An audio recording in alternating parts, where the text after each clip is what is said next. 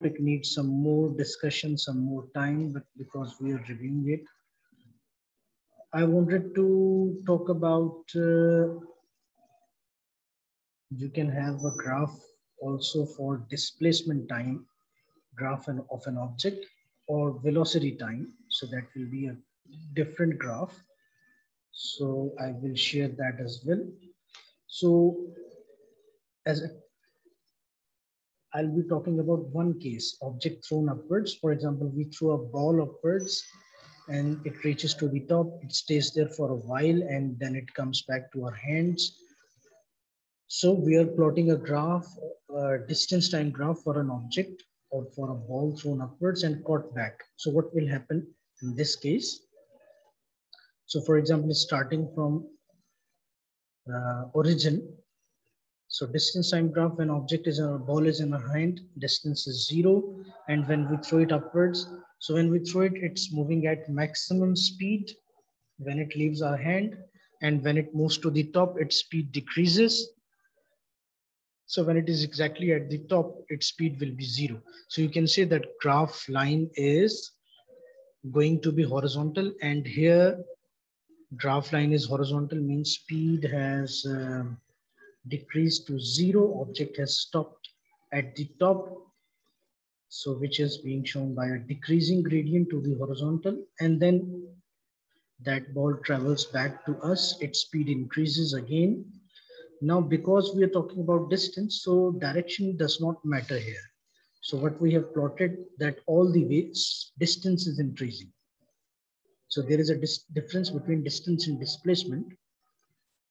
So object thrown upwards, it will go up, it will come down back to our hands, but we have considered distance positive throughout the journey. But things are different in this graph. Here we are plotting displacement against time. So half of the journey is same. When ball thrown upwards, it's going to be, graph line is decreasing, it's going to be horizontal. Achha, I plotted it from I think isko main thoda sa, yes, okay, and consider it symmetrical. So graph line shows that object's velocity is decreasing and finally it's tending to be horizontal. So here object has stopped and it's moving at it's stationary at the top. So we have a horizontal line, it means speed is 0, and then again when it's coming back downwards, now distance is not positive again, we have continued it in opposite direction. So that's why I have shown it here as well, that upwards displacement is positive and downwards displacement is negative. And finally, you can see that displacement, total displacement is 0. Object started here and it came back here. So total displacement covered by the object is 0. We threw the object upward, it came back to our hands. So displacement covered is 0. Okay, moving on. Okay, if we are sketching speed time and velocity time graph for an object. So here we can see that speed time graph for an object is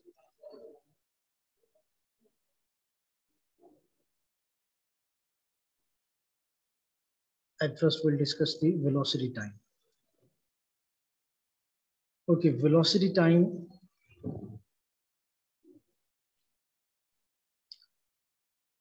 If we have considered that upward, when object is moving upwards, its velocity is positive, and when it's moving downwards, its velocity is negative. So when we threw the ball upwards, it was moving at maximum velocity when it left our hand. So maximum velocity, and then when it's moving at the top, its velocity is decreasing to 0, and then it's moving downwards. So direction of velocity has changed now. Now it's moving from 0 to negative. So finally it will be at maximum velocity when it reaches our hands, but that velocity will be in negative because direction of the ball is opposite. For speed time graph, in speed time graph, we will not have this minus thing. So I need to remove it. Actually, I copied it here. So this also, it will be this. And we will have speed. Okay.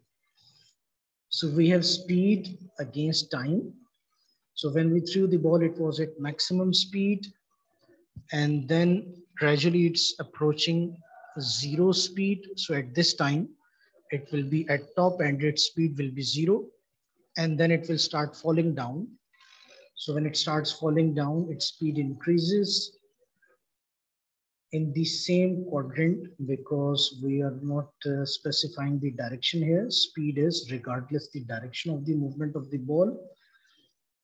So you can differentiate between velocity time and speed time graph. And you can differentiate between distance time and displacement time graph. So try to draw these four graphs yourself as well.